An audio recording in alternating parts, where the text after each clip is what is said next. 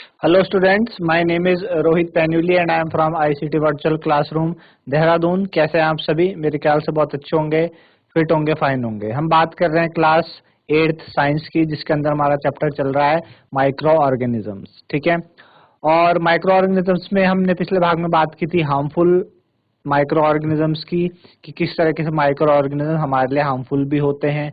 एक हमारे दोस्त की तरह थे पहले, कि हमने कई सारी चीजें देखी कि वो सॉइल फर्टिलिटी में हमें मदद करते हैं, इन्वायरमेंट को क्लीन करने में मदद करते हैं, है ना। कई सारे यूज होते हैं माइक्रो ऑर्गेनिजम्स के मेडिसिन बनाने में, है ना। तो अभी हम बात कर रहे हैं कि माइक्रो ऑर्गेनिज्म हमारे लिए हार्मफुल किस तरीके से हैं, है ना। वो डिजीज कॉजिंग जो पैथोजेंस होते हैं उनको कैरियर का काम करते हैं माइक्रो ऑर्गेनिजम्स, है ना। इन्फेक्टेड पर्सन से एक हेल्दी पर्सन में ये डिजीज को क्या करते हैं, ट्रांसमिट करते हैं, है ना। तो इस तरीके से हमने देखा था कि एनोफिलीज मॉस्किटो, है ना, जो एनोफिलीज मॉस्किटो होता है मलेरिया का, है ना। फिर एडीज मॉस्किटो जो आपका डेंगू का ये चीजें करता है ना। तो हमने पढ़ा था कि किस तरीके से हम इनको प्रिवेंट कर सकते हैं, कैसे हम प्रिवेंट करेंगे। हमें प्रिवेंट करने के लिए हमें क्या करना होता है कि आसपास अपने पानी को इकट्ठा नहीं होने देना है, क्योंकि जो मच्छर हैं पानी में ही क्या होते हैं, ब्रीड करते हैं। तो अगर हम पानी को जो आपके पास बचा पानी होता है बारिश वगैरह का पानी, उसको अगर हम टिकने ना दे अपने घर के आसपास, तो ये मच्छर ब्रीड नहीं कर पाएंगे। जब ब्रीड नहीं कर पाएंगे तो ज्यादा ग्रो नहीं कर पाएंगे, तो इस वजह से जो मलेरिया डेंगू है उससे हम बच सकते हैं। तो ये सारी बातें हम कर रहे थे, इसी को हम कंटिन्यू रखेंगे आगे और समझेंगे कि और क्या क्या चीजें इन माइक्रो ऑर्गेनिज्म हमारे लिए हार्मफुल हो सकते हैं, है ना। तो उसी को समझने के लिए चलते हैं बच्चों स्मार्ट बोर्ड की तरफ।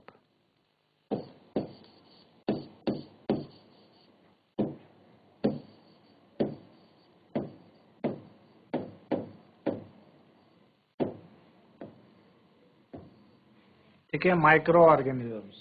ठीक, चलिए, ठीक है। तो अब हम बात करेंगे कुछ कॉमन ह्यूमन डिजीज की जो माइक्रो ऑर्गेनिजम्स के द्वारा होती है ना।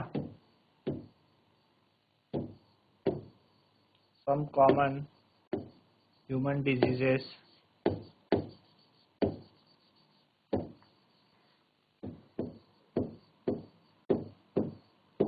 caused by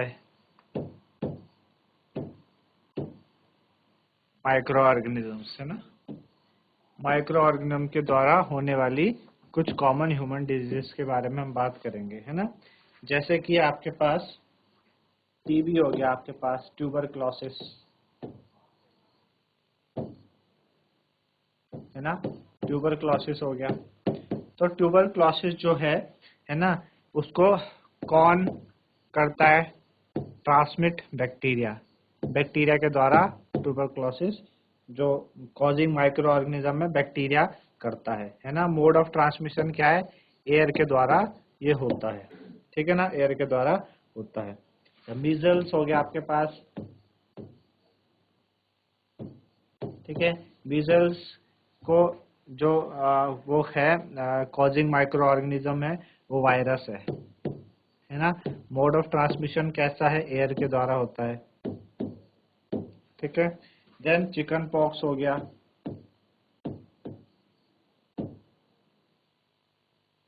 चिकन पॉक्स, है ना। चिकन पॉक्स कौन कॉजिंग माइक्रो ऑर्गेनिज्म है, वायरस है, ठीक है।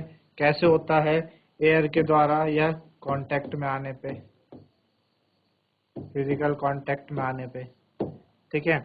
और क्या है, पोलियो है, पोलियो, पोलियो भी एक तरीके का क्या है, वायरस है, वायरस के द्वारा होता है पोलियो भी आपको, ठीक है।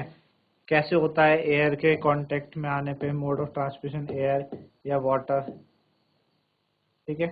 आई बात समझ में? चलिए फिर आगे बात करें। कोलेरा हो गया, जैसे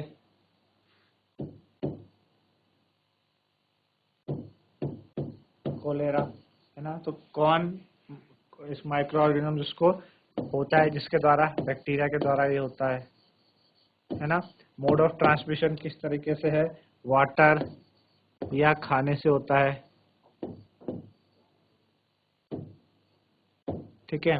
इसी तरीके से टाइफाइड है, टाइफाइड, ठीक है।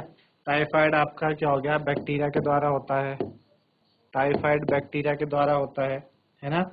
तो कौन करता है इसको, वाटर के द्वारा ये होता है, ठीक है, ठीक है ना। टाइफाइड बैक्टीरिया होता है, बैक्टीरिया के द्वारा, वाटर के द्वारा ट्रांसमिट होता है, ठीक ना।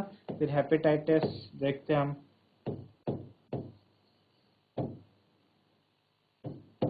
Hepatitis A, causing micro organism कौन है, वायरस है, मोड ऑफ ट्रांसमिशन वाटर, ठीक है। देन मलेरिया हो गया, है ना, malaria, causing micro organism protozoa, protozoa, है ना। मोड ऑफ ट्रांसमिशन क्या है, मॉस्किटो के द्वारा, हमने पढ़ा था ना, एनोफिलिस मॉस्किटो, उसके द्वारा ये होता है। तो ये कई सारी कॉमन डिजीजेज हैं, है ना, जो कि माइक्रो ऑर्गेनिज्म के द्वारा होती है। तो आप इन्हें नोट कर सकते हैं।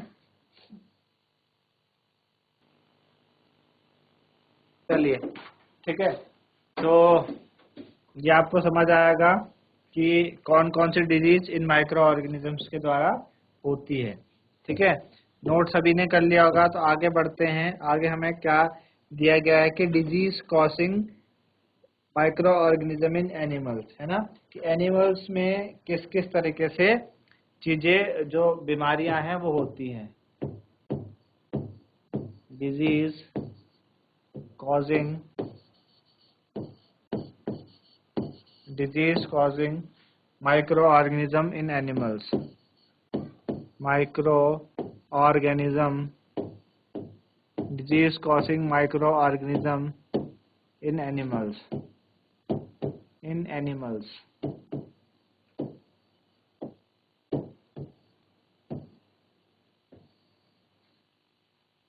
ठीक है ना। Disease causing micro organism animal, animal में किस तरीके से जो माइक्रो ऑर्गेनिजम्स है वो डिजीज को कैरी करते हैं। तो अलग अलग तरीके के माइक्रो ऑर्गेनिजम्स, है ना, वो सिर्फ ह्यूमन और प्लांट को नहीं बल्कि एनिमल्स को भी बीमार करते हैं। जैसे कि एंथ्रेक्स, है ना, एंथ्रेक्स एक डेंजरस क्या है, ह्यूमन और कैटल डिजीज है, जो कि बैक्टीरियम के द्वारा होती है ना।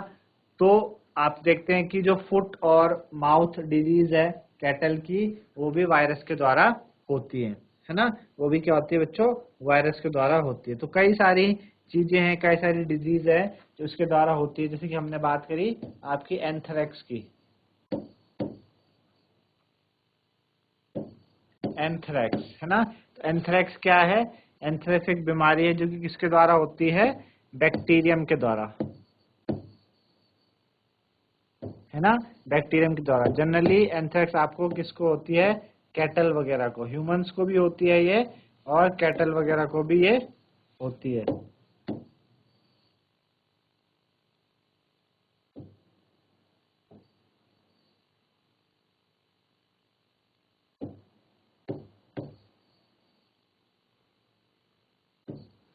ठीक है ना। तो कैटल वगैरह को भी एंथ्रेक्स बीमारी होती है, किसके द्वारा होती है बच्चों, बैक्टीरियम के द्वारा ये होती है। इसी तरीके से फुट और माउथ डिजीज है कैटल को, और कौन सी होती है, फुट और माउथ डिजीज, फुट और माउथ डिजीज, है ना। तो जो फुट और माउथ डिजीज है ना, ये किसके द्वारा होती है, ये वायरस के द्वारा होती है ना। ये भी किसको होती है, कैटल वगैरह को भी ये डिजीज होती है,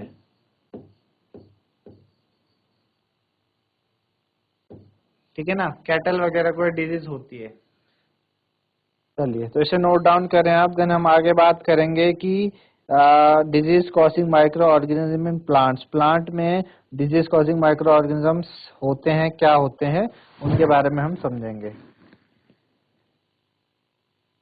चलिए आगे बढ़े, आगे हम बात करेंगे disease causing micro organism in plants.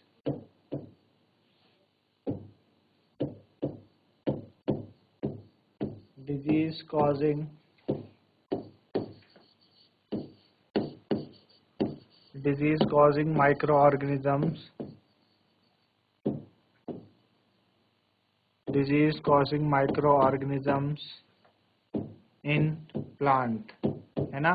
Plant में किस किस तरीके से जो माइक्रो ऑर्गेनिज्म है, कौन कौन से माइक्रो ऑर्गेनिज्म है वो क्या करते हैं, बीमारी फैलाते हैं।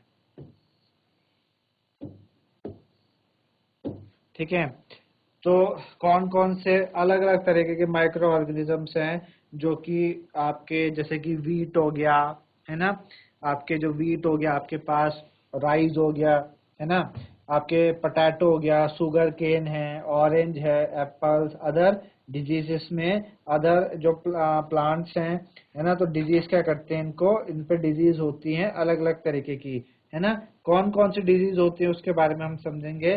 जैसे कि एक डिजीज है आपके पास सिट्रस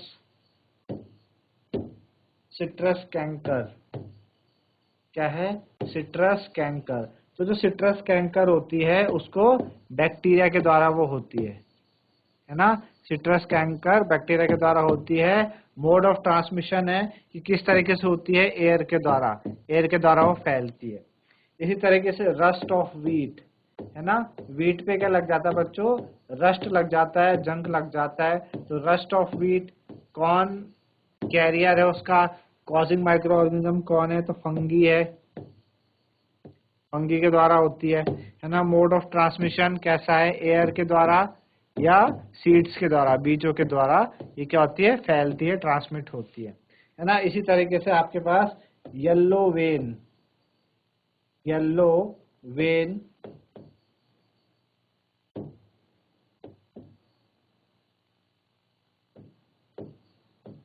है ना, येलो वेन, मोज़ेक ऑफ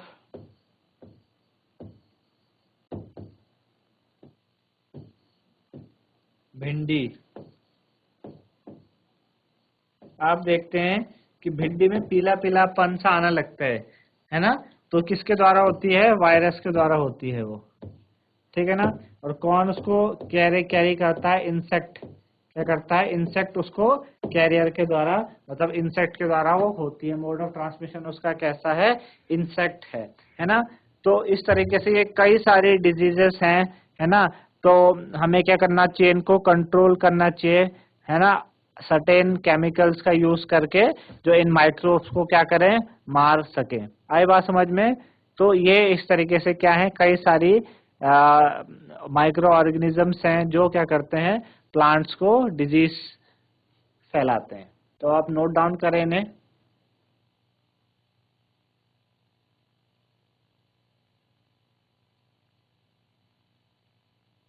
चलिए, आपने नोट डाउन कर लिया होगा, तो आगे बढ़ते हैं फूड पॉइजनिंग, है ना। फूड पॉइजनिंग पे बढ़ते हैं भाई। फूड पॉइजनिंग क्या होती है, तो आपने देखा होगा कि कभी कभी जब हम खाना खाते हैं तो खाना खाने के बाद जो हमारा फूड है उससे हमें पॉइजनिंग होने लगती है, उस समय क्या होने लगती है, पॉइजनिंग होने लगती है। और हम देखते हैं कि कभी कभी हमें वॉमिट सी होने लगती है कि जो हमने खाना खाया वो आपको क्या होता है, डाइजेस्ट नहीं हो पाता, है ना, वो खाना डाइजेस्ट नहीं होता। तो हमें फिर क्या करना पड़ता है, डॉक्टर की सलाह लेनी पड़ती है। कभी कभी हॉस्पिटल में भी हमको क्या होना चाहिए, एडमिट होना पड़ता है। तो फूड पॉइजनिंग अलग अलग तरीके से हो सकती है। कैसे, जब आप करिए कि जब आप ऐसा स्पॉइल फूड का कंजप्शन करें, है ना। स्पॉइल फूड कैसे हो सकता है कि हमने बताया कि जो माइक्रो ऑर्गेनिजम्स होते हैं, अब जैसे कि हमने कहा कि बहुत सारे माइक्रो ऑर्गेनिजम्स किसी अलग अलग जगह क्या करते हैं, बैठते हैं, है ना। जब वो आपके खाने के ऊपर आएंगे, है ना, तो वो क्या करेंगे, वहां से खाने पे क्या कर देते हैं, ट्रांसमिट कर देते हैं बैक्टीरिया, वायरस को। वो जब हम खाना खाते हैं तो then उस खाने से हमें प्रॉब्लम होने लगती है। तो माइक्रो ऑर्गेनिज्म जो क्या करते हैं, हमारे फूड में ग्रो करते हैं, है ना, वो क्या टॉक्सिक सब्सटेंसेस को प्रोड्यूस करते हैं और ये क्या करते हैं, खाने को पॉइजनस बनाते हैं, जिस वजह से हमें सीरियस इलनेस होने लगती है या फिर कभी कभी डेथ भी हो जाती है ना। तो ये काफी इम्पोर्टेंट है कि हमें क्या करना चाहिए, अपने खाने को प्रिजर्व करना चाहिए, फ्रॉम बीइंग स्पॉइल, है ना, उसको खराब होने से हमें खाना बचाना चाहिए। तो खराब होने से आप खाना कैसे बचा सकते हैं, एक तो आप उसको ढक के रखिए। दूसरा, आप देखते हैं कि गर्मियों में खाना जल्दी क्या होता है, स्पॉइल होता है, खराब होता है ना, तो उसको आप ऐसे नॉर्मल मिनिमम टेम्परेचर में आप रखिए। फ्रिज वगैरह का हम इस्तेमाल करते हैं, वहां पे हम रखें खाने को ताकि वो क्या हो, खराब होने से बच सके, है ना। तो कई सारे तरीके हैं फूड प्रिजर्वेशन के कि भाई कैसे हम खाने को प्रिजर्व करते हैं, है ना। तो चैप्टर 1 में आपने ये सीखा था कि भाई किस तरीके से जो खाना है उसको आप जो फूड है उसको आप क्या करते हैं, प्रिजर्व करके स्टोर करते हैं। ग्रेन्स को, फूड ग्रेन्स को आप कैसे स्टोर करते हैं, है ना।